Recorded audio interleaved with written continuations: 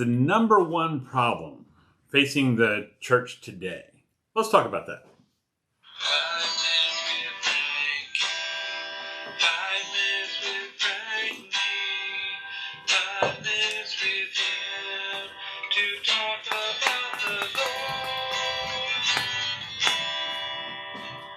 Yeah.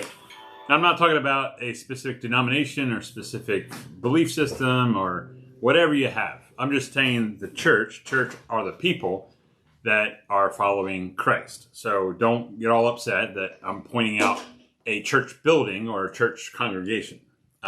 Church means that you are the people and we are the body of Christ.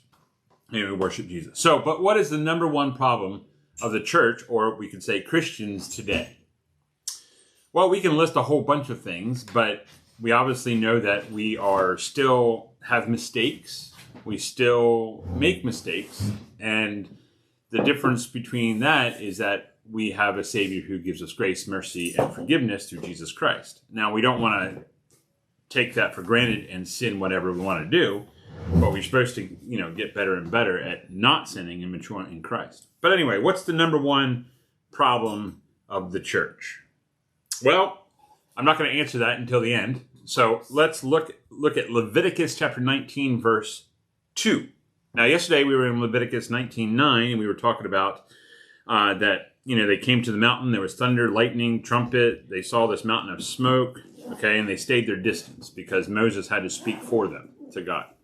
You said, and talk about that yesterday? Yeah. Oh, no. That was last week. Oh, I was going to say that. Then this one is... Sorry, wrong place. Okay, I was not reap yesterday. the harvest. That's what we talked about yesterday. That you're supposed to keep your... But we did talk about that Friday, what I was talking about. But anyway. We talked about, when Ruth and... Yeah, reap the harvest. That you don't Okay. get the outside of your harvest and poor people can get it. Anyway. Okay, sorry. So, in Leviticus 19:2, right before that scripture, about not gathering the gleanings of your harvest, it says this. And I love the Bible because, nobody put chapters and verses or titles in the original Bible, okay? It was all a letter. It was written. There was no numbers or little titles of what you're going to think. That was all human made. But the scripture is still relevant and still there in translation. But Leviticus 19:2 says this, speak to the entire assembly. So before they got these various laws, the title is various laws, Moses said this to the people. You ready? Speak to the entire assembly of Israel and say to them, be holy because I, the Lord your God, am holy. And I bet the people are thinking, wait, but whoa. Okay, we're afraid of you. We have all these things. We respect you. We want Moses to speak for us. We want this. We want that. And we're bad people. And you want us to be what? Right. Holy? I don't think we could do that, God. Now, again, we go back and say, nothing is impossible with God. And so when he says to do something, then it can be done because he gives us the power to do it. Okay. So he wouldn't say to do something and think, oh, they're never going to do this. Okay. So we have a choice to do this because we love God. So let me draw it all the way back to what is the biggest problem facing Christians or the church today? Can you guess? Not being holy. Not being holy.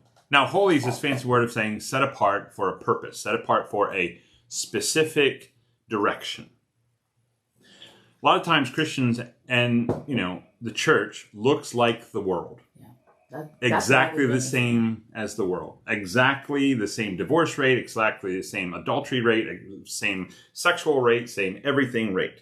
Lying, cheating, gossiping, it looks the same. Absolutely the same. And then he says this in the Old Testament, to be holy as I am holy. And then Jesus even says it in the New Testament, to be holy as I am holy. We got to be different. The church has to stand up and say, we're going to be different. We're going to be so different that the world recognizes Jesus through us, not us becoming like the world. Okay, we need to move away from the world and what they do and still love the people in the world. Okay, we can love, we can hang out with them, we can do whatever we want with them, except going against God. And a lot of times, it looks like Christians are the same. So why do they want to change? Why do they want to come to a loving God who his people will not change or not be different? So my encouragement for you today is be different. Be a rebel. Be a Christian, but not a worldly Christian. Be holy as God is holy. Be different. Be so different that people think you're crazy. Crazy for God. I love you. Jesus loves you too. You have a great... What is it, Wednesday? Wednesday. Bye-bye. Oop, I didn't say I love you, Jesus. Love you too. That's okay. They